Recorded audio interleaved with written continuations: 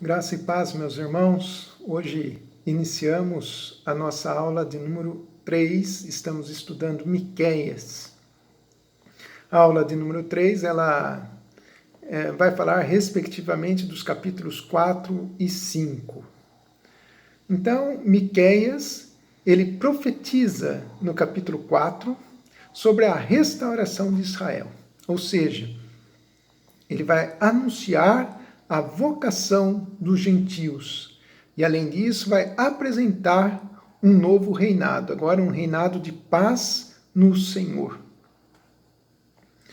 Nós vimos que este povo, ele passa por um período de sofrimento, um período de guerra, separações, mortes, mas nós também lembramos que na aula passada nós falamos a respeito que Deus, ele odeia o pecado, mas ele é um Deus que perdoa também todos aqueles que se arrependem dos seus pecados, todos aqueles que se arrependem dos seus maus caminhos e se voltam a ele.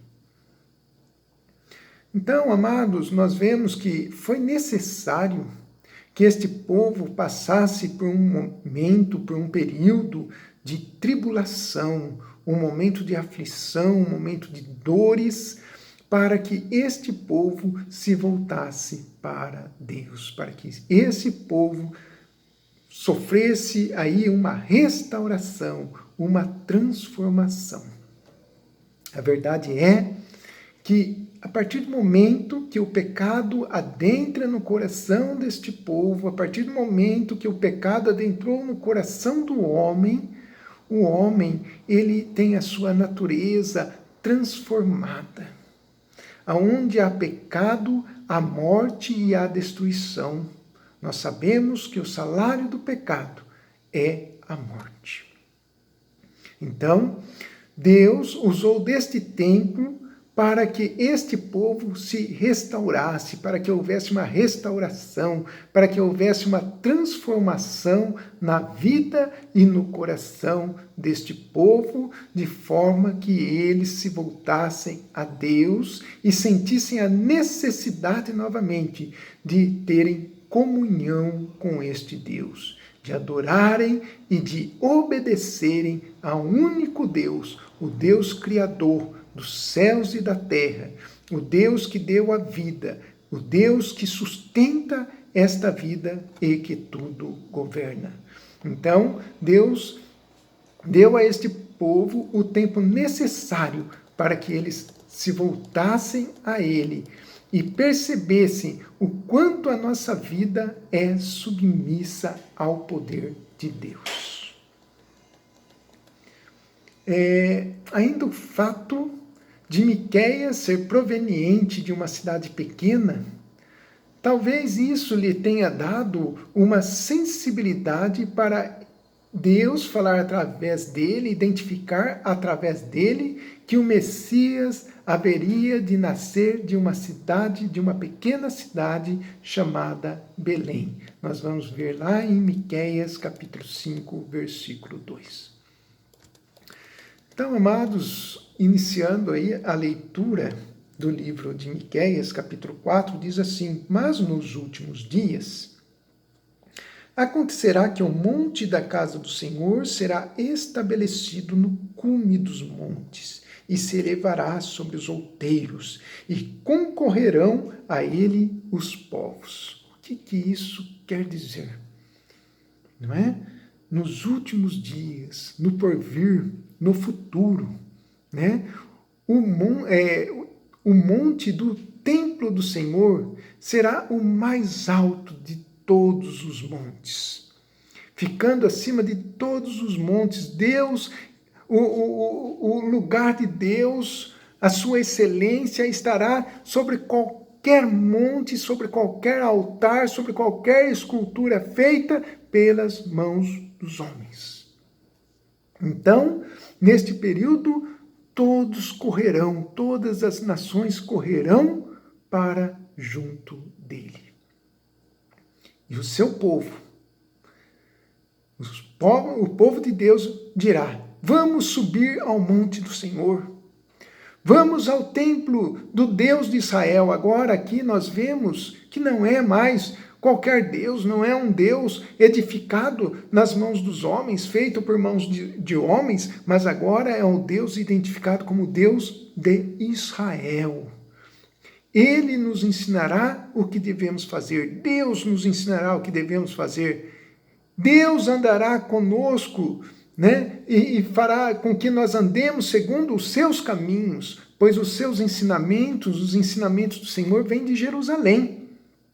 Os ensinamentos de Deus não vêm de outros lugares, não vêm de outras bocas, de outras nações, mas o ensinamento de Deus vem de Jerusalém. É do Monte Sião que ele fala com o seu povo. Então nós vemos aqui que este povo, por todo esse transtorno que passou esse povo, todo este sofrimento, esta guerra que passou este povo, isso tudo fez com que este povo se arrependesse, esse povo se voltasse a Deus, esse povo identificasse novamente quem é seu Deus. E todos, no versículo 4 diz, todos viverão seguros e cada um descansará calmamente debaixo das suas figueiras e debaixo das suas parreiras. Todos descansarão embaixo das asas do Senhor.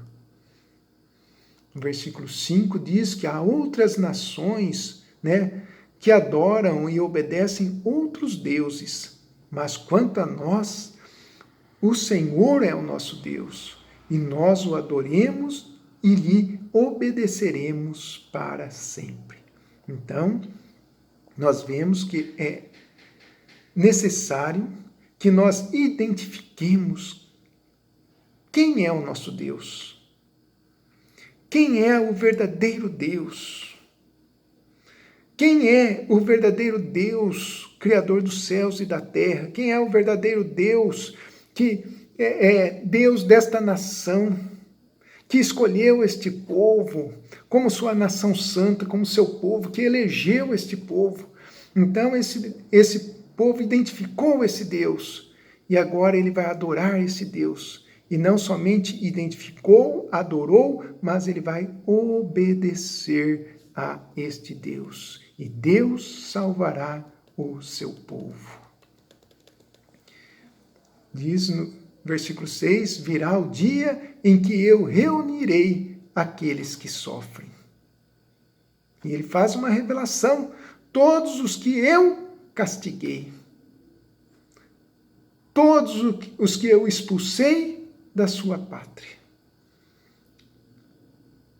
Trarei de volta dos países distantes todos os que estiverem vivos e farei deles uma nação poderosa. Então nós vemos, meus irmãos, que Deus, ele traz punições, ele traz castigos. Nós vivemos em um mundo de tribulações, de aflições, de doença, de pandemia, e tudo isso é permitido por Deus. Se há, é porque Deus permitiu. E se Deus permitiu, é porque atrás disso, Deus tem algo para o seu povo. Isso vai trazer algum benefício para o seu povo. Deus quer que o seu povo enxergue algo que ele não está enxergando, que ele está fechando os olhos, que ele está dando as costas. E aí, então, no versículo 11 diz, muitas nações se reuniram para atacar Jerusalém, dizendo, Jerusalém deve ser destruída e profanada. Mas no versículo 12, Deus fala, mas eles não sabem que o Senhor está pensando e planejando. Deus está pensando e planejando para o seu povo, em benefício do seu povo, em benefício daqueles que o amam. Não sabe que ele os reuniu para os castigar, como se ajuntam as espigas para pisá-las e separar o trigo da palha, separar o joio do trigo. Então, amados, nós vemos aqui este cenário como de um agricultor pisando ali no milho na espiga do milho ali, para separar a espiga e o milho, para separar o trigo da palha, para separar o joio do trigo. Muitas coisas se fazem necessárias, coisas muitas vezes que o nosso coração não consegue entender, mas que fazem parte dos planos e dos propósitos de Deus. E quando nós fazemos parte dos planos e dos propósitos de Deus, nós estamos seguros nas mãos deste Deus Todo-Poderoso. Ainda no capítulo 5, então, Deus promete um rei para o seu povo e anuncia o nascimento do Messias. O Senhor diz: Belém Efrata, você é uma das menores cidades de Judá, mas do seu meio farei sair aquele que será o rei de Israel.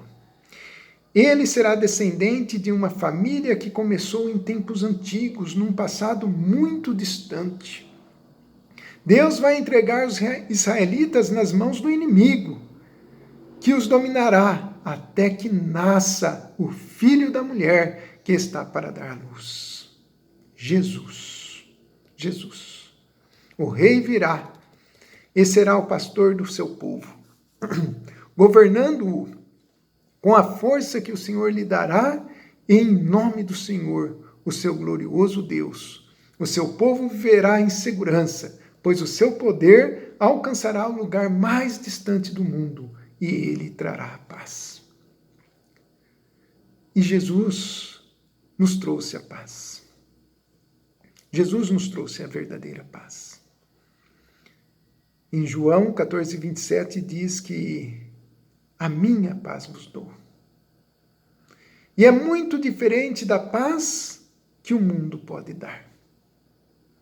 A paz do mundo é uma paz enganosa, é uma paz provisória. Mas a paz que podemos encontrar e ter através de Jesus Cristo, da graça de Deus, é uma paz eterna. E Jesus, ali na cruz do Calvário, através da sua morte, ele levou consigo todas as nossas dores, todas as nossas iniquidades, todas as nossas transgressões. Ele levou consigo as nossas culpas.